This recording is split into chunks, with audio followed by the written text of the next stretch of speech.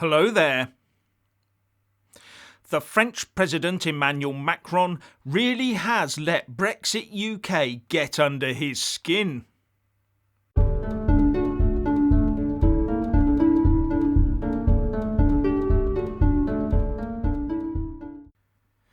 As per usual, please like, subscribe and comment below. And when subscribing, please do press that little bell, but also select the all option, or you won't get any notifications when I publish a new video.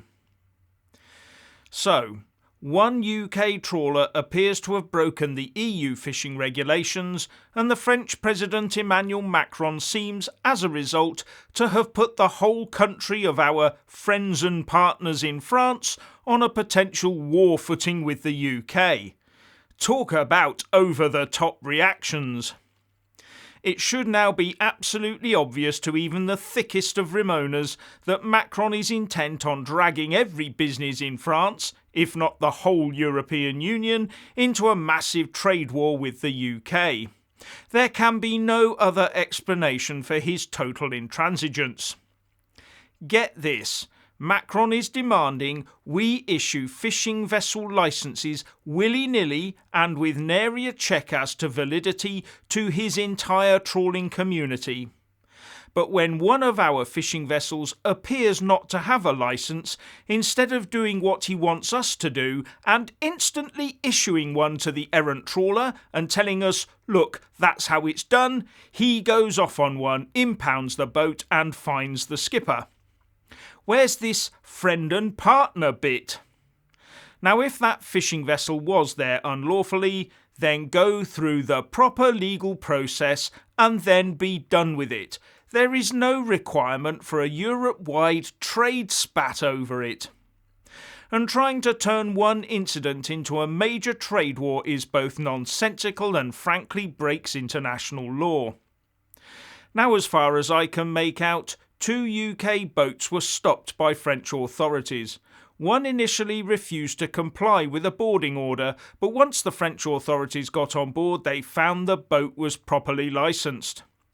The other was found to be unlicensed to fish off the French coast, so was hauled off to Le Havre. But that's not actually the end of that situation.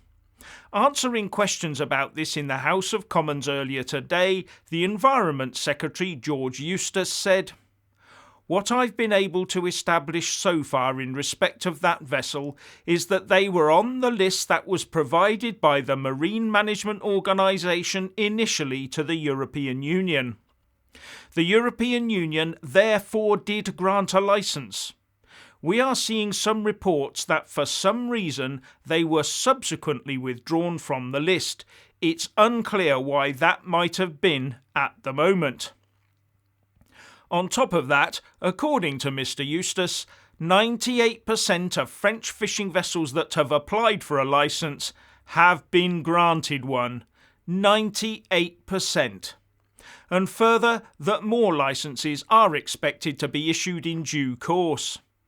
But the French are on the warpath, and their maritime minister, Annick Girardin, told RTL, a French radio show, that the UK's failure to comply with the Brexit Trade and Cooperation Agreement was unacceptable. In fact, she went on to say, "It's not war, it's a fight. The French and the fishermen have rights. An agreement was signed. We must enforce this agreement. We have fishing rights. We must defend them and we will defend them." This is not really about fishing at all, is it? This is all about pride. Macron's pride. He's puffing out his Napoleonic chest and demanding Brexit UK bow down to that pride and his fit of pique. And if it turns out that the impounded trawler had been issued with a licence, then the real big question is, can we trust them? The EU managed to screw the UK over with fishing for decades using the common fisheries policy. We shouldn't let them do it again, especially as to do so would oil Macron's embittered pride. While on this side of the English Channel, George Eustace was much more reserved than the excitable French. He said, It is very disappointing to see the comments that came from France yesterday. We believe these are disappointing and disproportionate, and not what we'd expect from a close ally and partner. The measures being threatened do not appear to be compatible with the Trade and Cooperation Agreement or wider international law, and, if carried through, will be met with an appropriate and calibrated response. Well, until the French elections are settled next year, I fear that Macron will be whipping the French people into a seething lather against the UK for every little slight he can dream up. And only a hard-wired pro-EU rejoiner could make any excuses for the way the French government is acting at the moment. And there are a few of those about, all claiming that the UK should obey the rules in the Trade and Cooperation Agreement, while totally forgetting that all EU 27 nations, including France, and the EU itself in the form of Brussels, also have to obey that agreement. If the TCA allows the UK to only issue licences to non-UK vessels that can prove they fished in UK waters before, then that's part of the agreement both sides signed up to. And at the moment, the EU is doing all it can to wriggle off of that hook.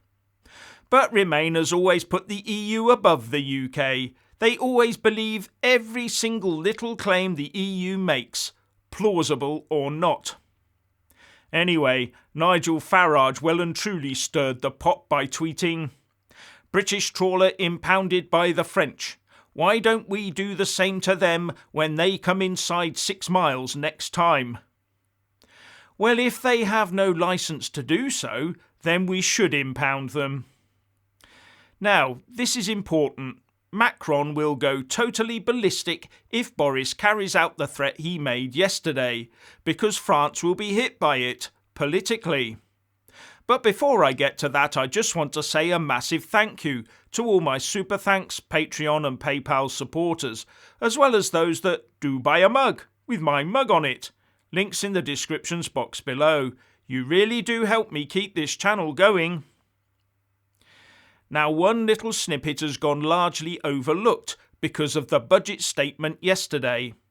But before the budget there was PMQs, where the opposition was headed up at the very last moment by someone called Ed Miliband, because the assumed double-jabbed Keir Starmer is self-isolating, having tested positive for COVID.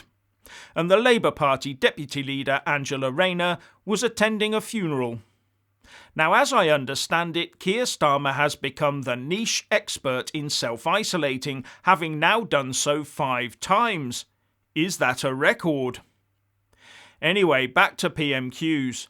During his session, the DUP leader in Northern Ireland, Sir Geoffrey Donaldson, asked Boris Johnson, "Does the Prime Minister accept that the conditions now exist to trigger Article 16 of the Protocol in the event that the current negotiations with the EU fail to arrive at an acceptable outcome?"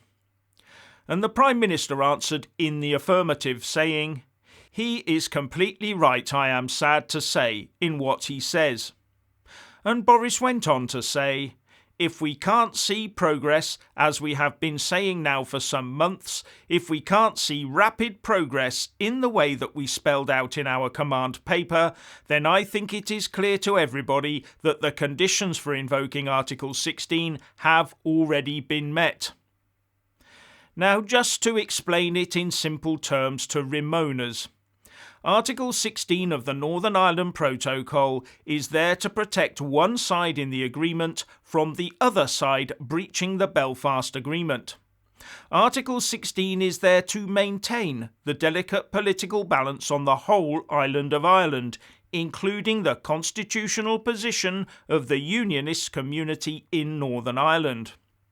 Right now, the EU is trying to use the protocol to shake the tree and upset that balance for their own interests and those of Dublin, something that is totally reprehensible. And those actions by Brussels and Dublin have met the requirements for the UK to use Article 16 in a measured way to remedy the problems by acting unilaterally to change the way the protocol operates. Further, Article 16 is international law that the EU has signed up to, and it is legitimate for the UK to use it. And now comes the interesting bit. Once the UK uses Article 16, the EU has the choice of allowing Macron to ramp up the trade war rhetoric that will hurt everyone, or to come to another solution to deal with the Irish border issue. And earlier in the year, I reported that some Eurocrats were privately becoming resigned to the idea of having a border for goods between the Republic of Ireland and the rest of the EU, mainly France, to stop UK goods getting unchecked into the wider EU. Because if the UK does use Article 16 to treat Northern Ireland properly as a full part of the UK customs area, and the EU wants to impose a border, then it can't put one across Ireland after all this time and all their words. It would have to be between the Republic and the EU. So all EU ports, especially in Macron's France, would be forced to treat all imports from Ireland as if they came direct from the UK. And if they decided that was too much checking, they would be destroying their own case for all those checks currently going on in the Irish Sea.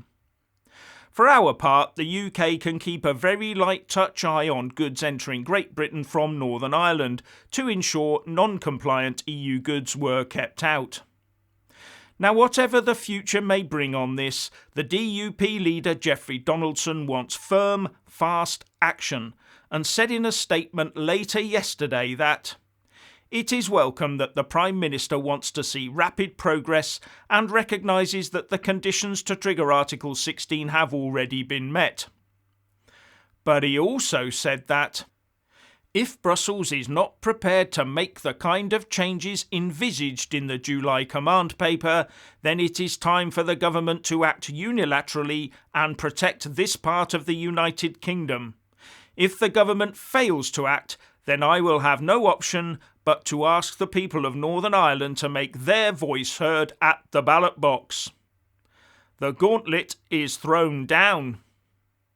So what's your opinion on Macron's dented pride? Please like and comment below.